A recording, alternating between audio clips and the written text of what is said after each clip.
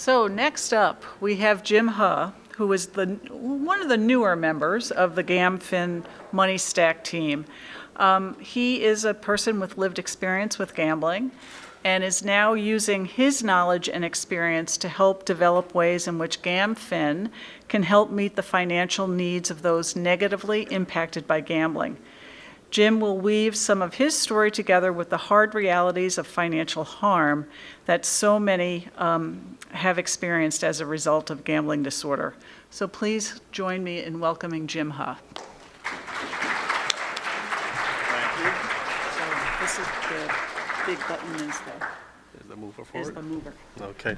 Hold on. Wait one second. So, Yeah. You're on, on that one. Okay. and so, yeah. Okay. So, hello. I'm Jim Huh. And as Susan knows, this is my least favorite thing in the world to do, is speak in public.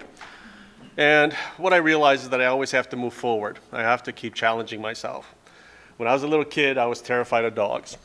If I saw a dog, and I was attacked by 3 dogs when I was like 4. And anytime I saw a dog off a leash, like 200 yards away, I would start bawling. I'm like, ooh. So, and that's how I sort of feel today. But it's the way it is. You know, a lot of the times, you know, when Jeremiah was talking about the suicide and all these things, I could relate to that, and I felt that I was part of that case study.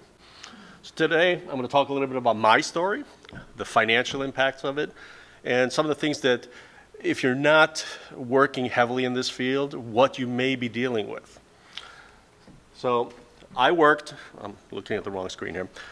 So I worked in the financial services for more than a decade. As a specialist, I did a lot of work with businesses, the IRS, the SBA, all used me as an expert, and liked it. And for the past 21 years, I have also been a member of Gamblers Anonymous. Yay, right? You know, this is personal stuff, right? And it's hard sometimes to talk about that. So my last bet was April 23rd of 2003. I've also been a trustee for Gamblers Anonymous, and I've also conducted what's called a pressure relief meeting for other fellow Gamblers Anonymous members. Now, if you looked at my story back in 2002, you'd say that I had a pretty decent life. I had a decent house. I was an independent financial advisor, wore nice suits even when I gambled. People made fun of me for that. I showed up in a suit. Like the commercials, right? I go to nice restaurants, travel, pretty much had a decent life, a life that most people would enjoy. But inside, I was struggling with a gambling disorder. Gambling was destroying my life, but you just couldn't see it. Here are some of the things that I did, and this is just a very, very short list of something that I'm sharing with you. I'll talk about the list a little bit later on. A week before I was closing on my first home, I gambled away the down payment for the house. My ex and I went out to do groceries, and our debit card was declined, even though there should have been plenty of money. I gambled away the money from my father's funeral. Pretty bad, right? I sold off every single piece of investment and asset that I had, and I created fake statements. So back in 2000, they were still paper statements. So I put a lot of effort into that. I can tell you that JP Morgan Chase had 28 different fonts on their paper and used a 20-pound off-white slide gray paper. I would steam open the envelope, put the fake statements in, put it back in the mailbox so I wouldn't get caught. So I put a lot of effort into covering my tracks.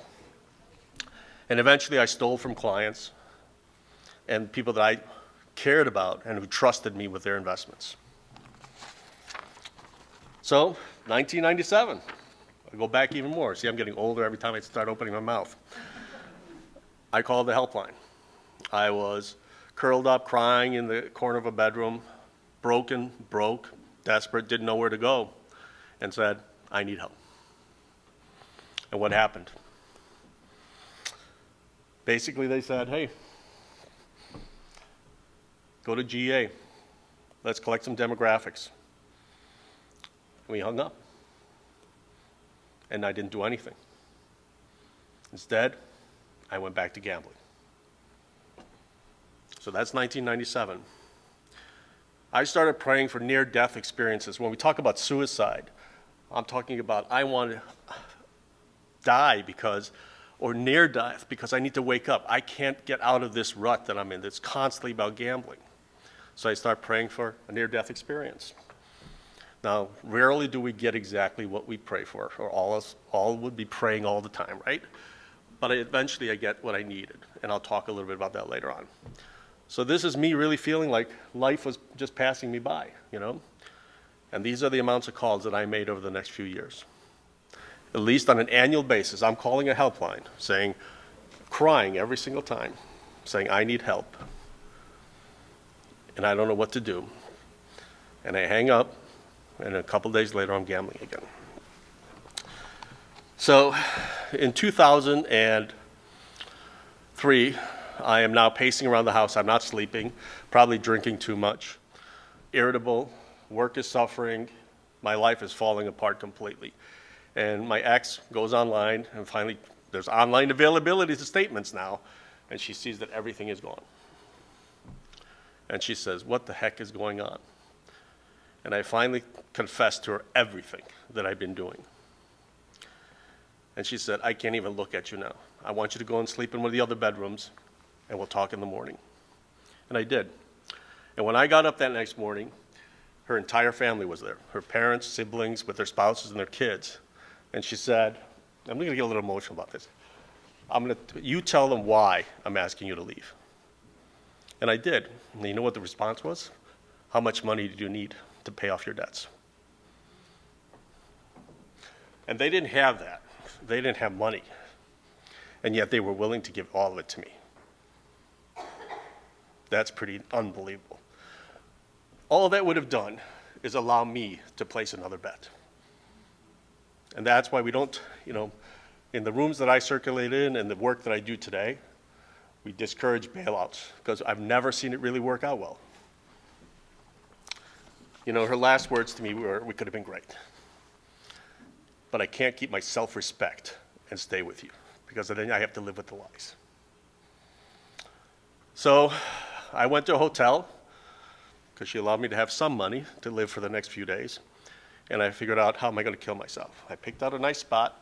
I'm going to drive my car off a little hill where I would crash and not hurt anybody else, but definitely kill myself.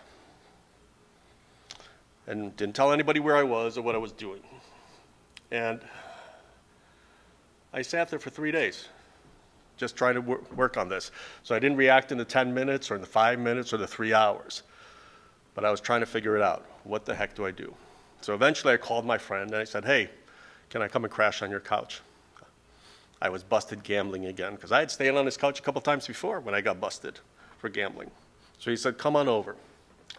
And I texted my ex and I said, here's where I'm going to be, just so you know, I'm all right. And her response was, okay, I'm glad you're going there, but I don't want the police showing up at our house because you stole money. I need you to fix that. So in March of 2003, I walk into an FBI office in Chicago and tell them I stole a bunch of money. And they look at me like, are you drunk? Are you high? Are you on drugs? Are you sure you want to do this? And told me to leave. Can you imagine that? They said, you can go, we'll catch up with you. And I said, first of all, I don't know if you will. I've been doing this for 2 years. I've been stealing money for 2 years and nobody knows. Because I knew how the system worked. So, and I added, plus I'll probably kill myself if I leave. So that took them, got them thinking. So they called in an agent, they took my statement,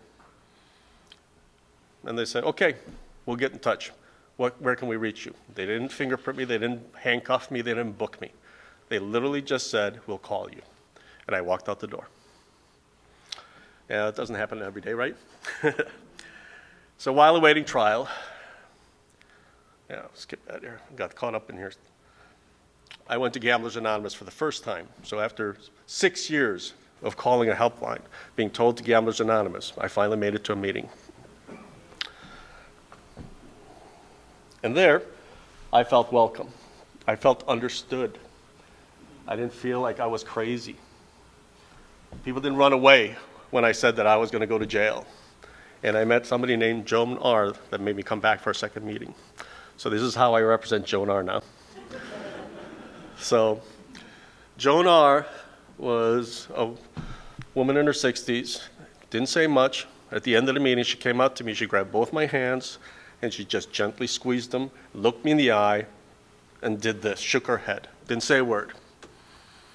But in that moment, I understood that she knew what was going on with me, and she gave me hope that I could come back and get better. So I went to my second meeting, which is the second hardest meeting to go to. I see a lot of people that come to the first meeting and then never come back. So Joan saved my life that day because she gave me that hope. And that's sometimes what I say to people. I said, if I could take what I have in here today and give you just a taste of it, you would come to that second meeting. Because life is good these days. But still, the idea of not placing a bet, that's insane. Most people, myself included, we go to GA because we're in trouble. Our rear ends are on fire and people are pissed. So I wanted to go there, I wanted to fix things, catch my breath, and then eventually I was going to go back to gambling. And that's the conversation I have with most people most days. It's about catching your breath. Because if you tell me I'm going to go to meetings for the next 20 years, so I'm into thousands of meetings already in my life, and I'm not going to place a bet for the next 20 years, I'm going to run the other direction. So that's why one day at a time, I'm willing to not do it. So I did. Now, in my 12-step book, we have a little book, and those who don't know Gamblers Anonymous, we have a little yellow book. It's called the Combo Book that we read every day. And on page 17, it says, follow these guidelines and you will experience continued recovery. And these are the 8 things that are on there. It used to be 7 when I first started. It basically says, go to meetings, call people, don't test or tempt yourself. Live one day at a time, practice 12 steps, get a sponsor, get a pressure relief, and be patient. It says 8 things that I have to do, and my life is going to be all right. It doesn't say it might be. It'll say it's going to be all right. So what do? It's a buffet for me. I'm not willing to call anybody. I'm not going to have a pressure relief because I'm the financial expert. Who the heck knows more than me about money? So nobody's worthy of giving me financial advice, right? So most people treat it like a buffet, very selective of what I am willing to do for recovery. And that's the challenge. It doesn't say pick and choose what you want to do, because then it's really easy, right? And the same thing applies to therapy. When therapists come in and say, this is something that we recommend you do, yeah, I have a choice. But there's a reason therapists are telling me to do something or exploring something or having a conversation with the people around me, because it's part of the journey forward. So here you can see what I was willing to do. I'd go to meetings, but I really didn't want to call most of the people I met in the meetings. I don't know why, but probably something about me. And again, most people are reluctant to do this. So let's see if I get to the right slide here. And while I was being on the buffet model, it was a struggle. About 3 months into my recovery, I had a 4-hour argument about why I should be able to play in a small poker game with my friends. 4 hours. Can you imagine the amount of energy I spent? No, unbelievable. So as I mentioned, I was a financial advisor, and the seminars that I did for the SBA and the IRS were downtown Chicago. And I used to walk past this building. It's a really odd-looking building, and I never knew what it was. I'm like, what the heck is this place? Finally, I took a different route than my normal route past this building, and I found out it's the Metropolitan Correctional Center in Chicago. So it's a federal prison. And every time from that point on, I started asking myself, who the heck ends up here? Well, this is me in 2003. So that's on the 17th floor of that building. Not a great place. But so I eventually had this, went to court. And the Honorable Judge Wayne Anderson gave me a 33-month sentence. And he said, you are a menace to society, word for word. And I'm like, what are you talking about? A menace to society? The 2 cases ahead of me was one guy with 400 kilos of cocaine. He wasn't a menace. And the guy before that had 786 assault rifles and grenade launchers. Not a menace either. I was the menace, according to Judge Anderson. And then he elaborated. He said, if we don't punish you now, you're going to go back to gambling. And if you don't get treatment, you're going to go back to gambling. And you're going to commit crime, and you're going to cause harm to other people. And we may not catch you. So when I had a chance to think about that, and I ask you to think about that too, as Judith talked about, the destruction for the people around you. You know, for every person that gambles, there's 6 to 10 people that are affected by that gambling. It is incredible. So, menace to society. I hope I got away from that. While I was incarcerated, I went through something called RDAP, which is a rehabilitation program based on cognitive behavioral therapy. It's a 9-month intensive care, grouped every single day for 9 months straight. Pretty intense.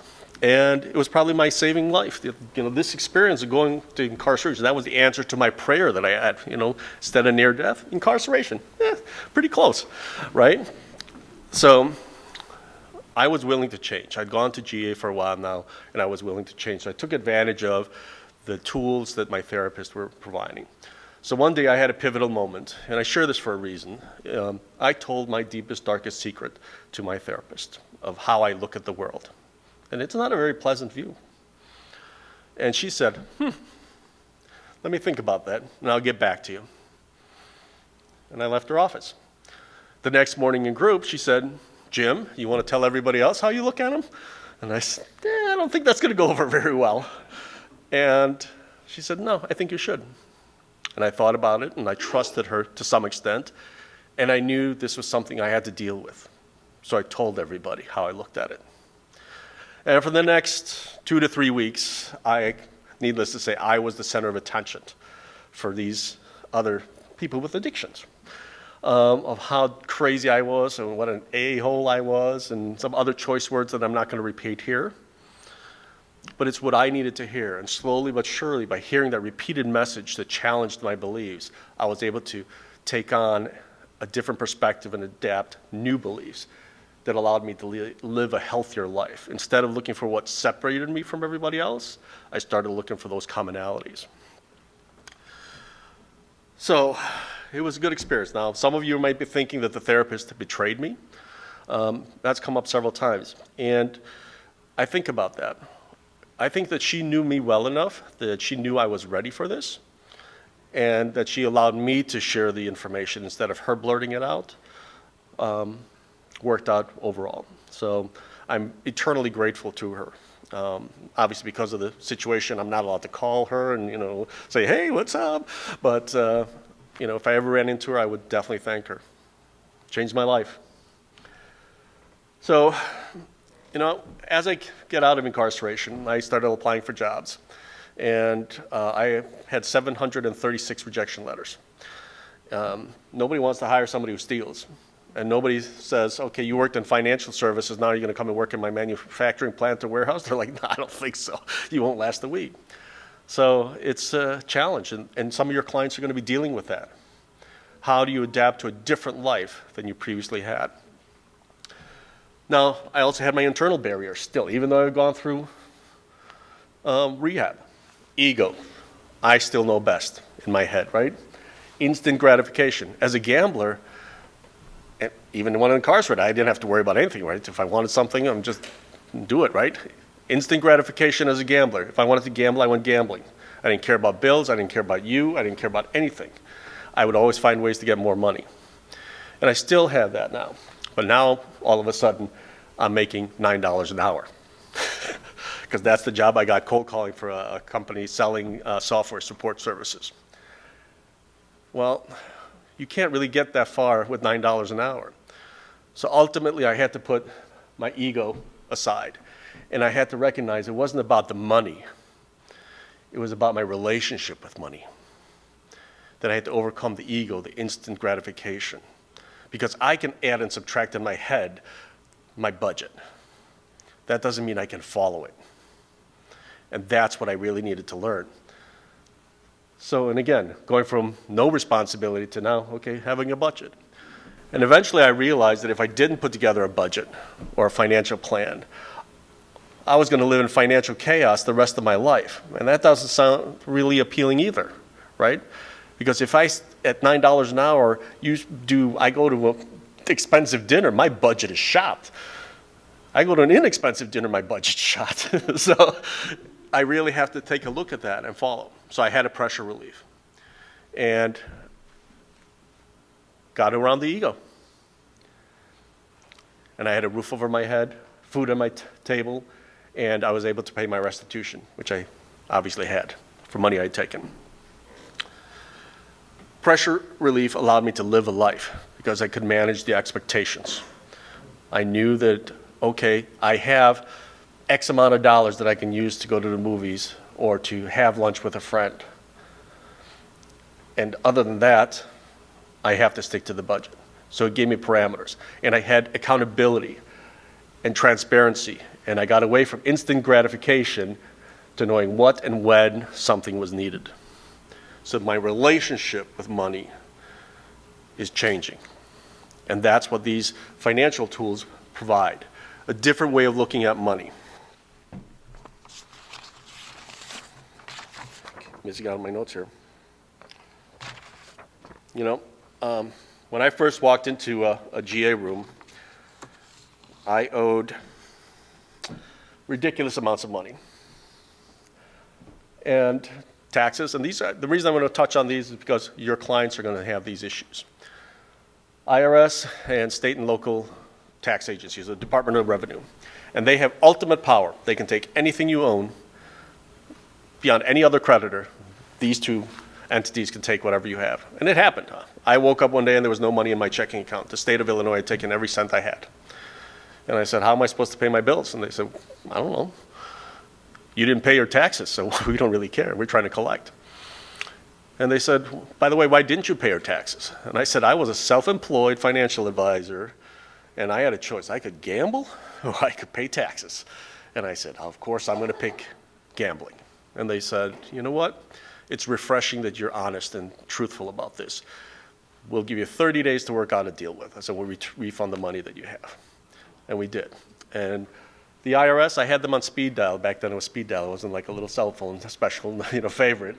I called them every single week for 3 years to talk about what I could pay that month. And got it done. So those debts are completely paid off. But don't ignore. So tell your clients. They'll get letters.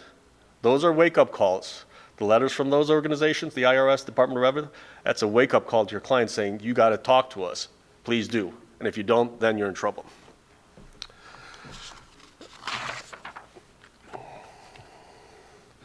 Restitution. So we do some work in GAMFIN. We obviously work with as a financial counselors for people with gambling disorder. We work with the Clark County Diversion Court to put together repayment plans. And what we take into consideration, again, is a living wage. And this is a fascinating tool. If you look at the livingwage.mit.edu, it's by MIT. So any zip code you punch in, it'll tell you how much you have to make an hour to live a normal way of living. And it'll tell you if you have kids, single, spouse, whatever. And it's probably a lot more than what you might think it is. In Chicago, if you're a single parent, it's $27 an hour is the minimum you have to make to have a normal way of living. So a lot of people are excluded from that. So keep that in mind. And then we incorporate that as we figure out how much restitution is acceptable or recommended, because what we're trying to avoid is putting together undue pressure for somebody. Again, if they can't enjoy life or live life, what's the purpose? They're going to go right back to the behavior. So that's what we're trying to do. And we're trying to develop some standards across the country for this. Now, I think Judith touched on it earlier. The secret life of somebody who gambles, right? I told somebody yesterday, if you have an active gambler in your life, don't believe a word they tell you. Because I wouldn't tell you anything that was truthful. That's the reality of it. And it's the fundamental belief that lies behind this is that I'm going to have a big win, fix all the stuff that I did wrong, and then I can tell you, because then you're not going to be as mad. So that's the challenge, which obviously never happens. So, reluctant to disclose the truth. Try to control the narrative. I might be willing to disclose this much of it, tell you about one little credit card that was maxed out, but not all of it. I'll change contact information on accounts, login information. I'll change all those things so I'm the only one that can see it. And then if you say, oh, I'll pull the report, let me tell, oh, everything's fine, yeah, we're up 10%. Well, right? Again, create fake accounts. And when I didn't have an answer, I'm like, it must be fraud. I'll contact the bank tomorrow, and then we'll figure it out. Or why wasn't the electric bill paid? I'm like, I paid it. I sent in a check. Let me call them tomorrow, and I'll let you know what happened. Right? And again, I know what happened, but next day I'm going to say, oh, I called them. They said they didn't get the check. I'll send another one. And then I'm going to borrow from friends and family and make sure that they don't tell anybody else. So keep these things in mind as you're planning with families or for the person who's gambling. And then what makes it a financial plan successful?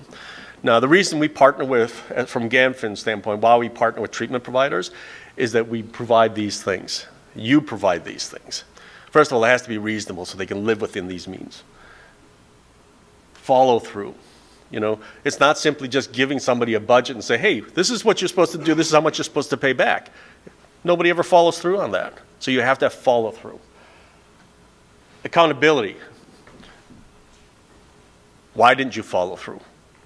What's going to happen now? Talk about these things. Transparency. Make sure everything is visible. When we meet with clients, we start by running credit reports because that's going to show 90% of the damage out there. It doesn't show cryptocurrency, it doesn't show personal loans, but it shows 90% of what's been taking place. And we rip that bandage off and say, this is where we are right now. And sometimes it's just with the person gambling. But even then, we're able to say, this is the reality. Because as somebody who gambled, I have a distorted view of my debt. I don't want to look at it. I know it's massive. I don't want to deal with it. I just want to keep gambling. So by taking that approach of bringing forth all the lies, the deceit, and the unknown financial aspects of it, that transparency is vitally important. And then get the money out of my hands. Don't let me handle money. And have others involved. Sometimes it's you therapists. That's why we share case notes back and financial budgets back to the treatment providers when we do financial budgeting for or counseling for our clients and your clients. Slow and steady. So I used to say it's going to take me 200 years to pay back my debt. And my sponsor would chime in and say, let's make it 300. Absurd statement, right? But he said, I don't want you to ever forget the pain that you caused yourself and others. And that's why he said, let's make it 300. Because never forget what you're capable of doing to others and yourself when actively gambling. And the other component of this is, I'm going to share a story of Bobo. Bobo was my age when I first started in GA. And he had two little kids, little twin girls. And one day he came home, and there were some really bad guys waiting for him with baseball bats. And he owed them money, a lot of money. And they said, well, we want our money. And he said, I don't have it. I gambled it. So they said, we don't care. We need money. Now, Bob had gone to some meetings, and he said, okay, well, I'm in GA. I'm getting my life together. Let's work out a payment plan. And shockingly, they agreed. They said, okay, we're going to pack up our baseball bats, and we're going to put together a payment plan for you. Right? It's on layaway. So for the next 3 years, Bob worked 2 jobs, was really aggressive in paying that money off. And he started bragging about how great he was at paying off this debt and what an accomplishment that was. And it was a lot of money. And finally came and said, it's done. I'm done with him. And he continued to come to meetings. And then we found out that as a reward, he went back to gambling. And 6 months later, he was more in debt than he'd ever been. And then he ended his life. So when slow and steady is about understanding that it takes a long time for somebody who has a gambling disorder to recover, to build a relationship with money, to find out, okay, I can handle these pressures again, and not think of gambling as the ultimate solution to everything. Whether it's a good day, a bad day, boredom, sadness, you name it, I can always find an excuse to gamble. So slow and steady. And I've known a lot of Bob O's in my day, sadly, and it never gets comfortable. So, as Judith talked about, protecting others is something that I love talking about. I've talked to Susan about it. I talk to everybody I can about it because it's my way of making amends and showing people that if you have somebody like me in your life, I will do anything and everything to keep gambling, complete disregard for how it impacts you. Now, I didn't wake up one morning and say, you know what, I'm going to screw up my life. I'm going to screw over the people that I love and care for, my business partner. That never happens, and yet I do it. So protect yourself. Like I said, run credit reports, set up credit alerts, credit freezes, discuss real money and gambling money. Does anybody know what that means? It means gambling money is any money. Real money is supposed to go towards bills. Now, real money can become gambling money, but gambling money can never become real money, just so you know how that works. That's the reality of it. And you'll see one of the next things that we'll talk a little bit about. Remove the person who's gambling from any assets, and then take control over it. Ask to see tax returns. Again, never, ever, ever trust a paper statement. I met with somebody who said, oh, I looked at all the tax returns, and they had never been filed. So that's what I'm saying. Always look at electronic statements. Bankruptcy bailouts, again, it goes to the thing of getting out of trouble quickly without having learned a relationship with money and dealing with disorder. So bailouts, bankruptcy, this is something I hear on a weekly basis. Somebody will call and say, we bailed him out, and now he's back to gambling, or she's back to gambling. So allow people to heal and time before they deal with all of it. Now, bankruptcy is something that is permissible. We have no stance on it, and sometimes it's the only solution forward. But just be aware that there's consequences on the behavior for the person that's gambling. And again, encourage transparency. Look at retirement plans at work. That's not an asset that you can transfer to somebody else. So log in. Again, no paper statements. Log into their account and see, is the money there? And alert financial professionals. If you have an accountant, a financial advisor, whatever, tell them what's going on. I once had I was trying to get as a client in the financial world. She blew through $26 million in 18 months. And she wasn't even a gambler. So you have to put some blockage up there. And discuss the financial plan for the people around. And going back to the credit reports, don't just run it on the person gambling.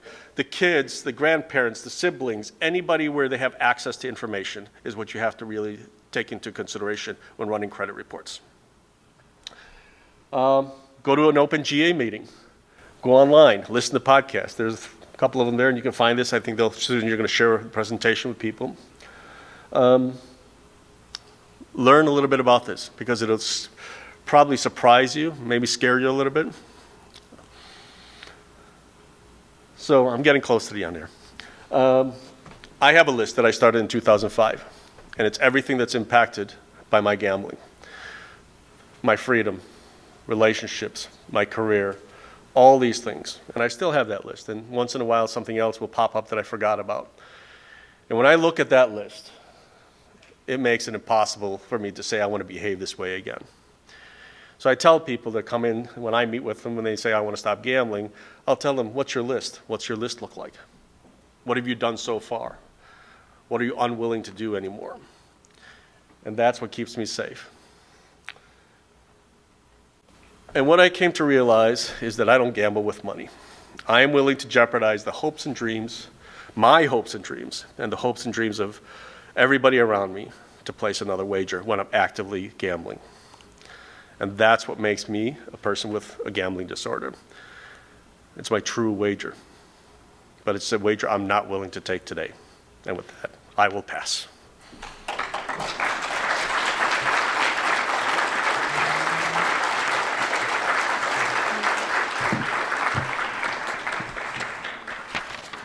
Thank you, Jim. Really appreciate it. I don't, having only been involved in this work for 6 years, I'm always impressed by the courage and your willingness to share your story, because I really believe that this is one of the only ways in which we can make a difference in getting those that need to know about this addiction to make changes in our policies, in the way that we talk to one another in our families, in our communities. And so thank you. You're welcome. And we'll take questions if anyone has a question. No, Okay. they're all asleep. All right. Oh.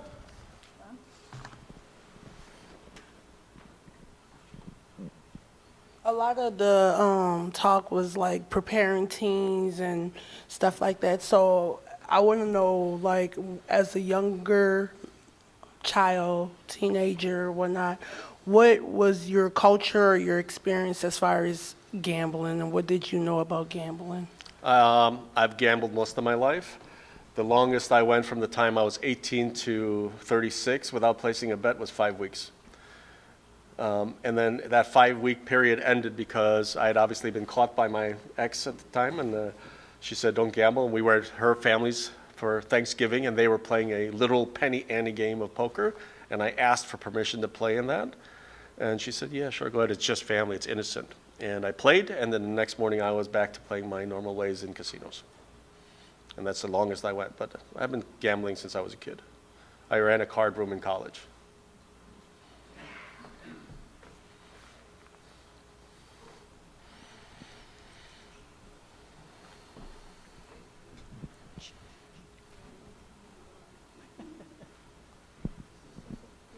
Everybody's depressed now by my Yeah. story. Thank you. Can I? Okay, Thank so- you so much, Jim, for sharing your experiences. I noticed when you were talking, you talked about calling the hotline, like the crisis line, several times. Yeah. What do you think they could have told you differently that would have helped you? Because I don't know if they're still, do you understand what I don't know if it's still the same today, you know, are they trained enough? Are they reading from a script? Like, what do you think they could have told you differently that would have helped you? Honestly, I don't know. I just didn't connect with it, and basically, I wasn't ready. Okay. You know, I'm calling and they're telling me to go get treatment, and I wasn't ready for that. I just wanted to fix things, okay. And I think that's the challenge. I wanted people to stop being mad, and I wanted to fix things so I could go back to gambling. Okay. Thank you.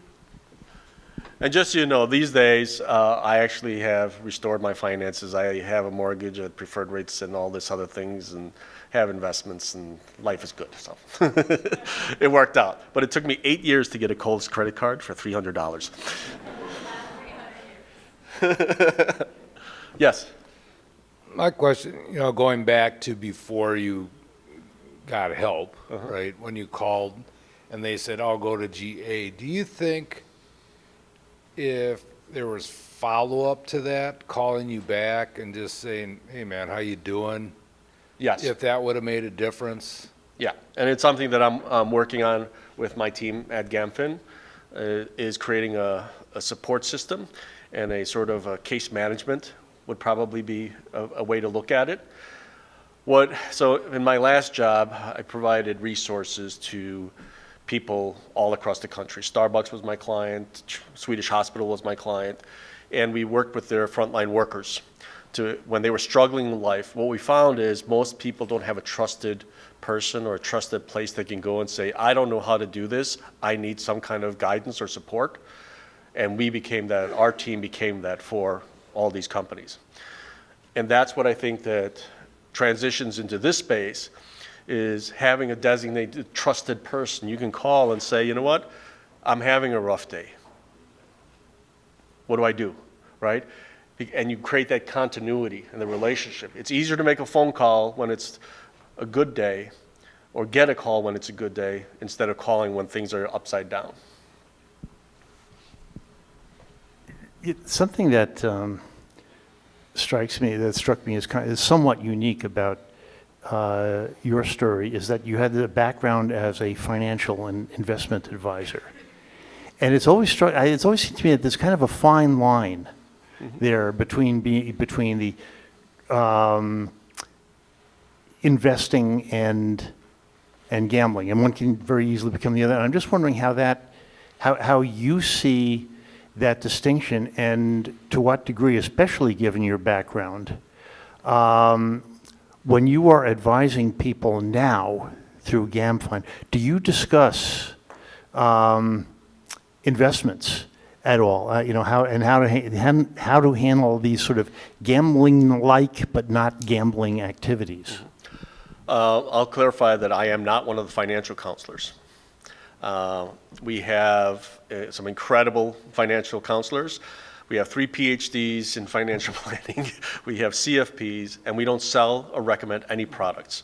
We don't charge any fees. We don't do anything like that. It's an objective view. It's paid for by various councils around the country. We currently work with 17 different states.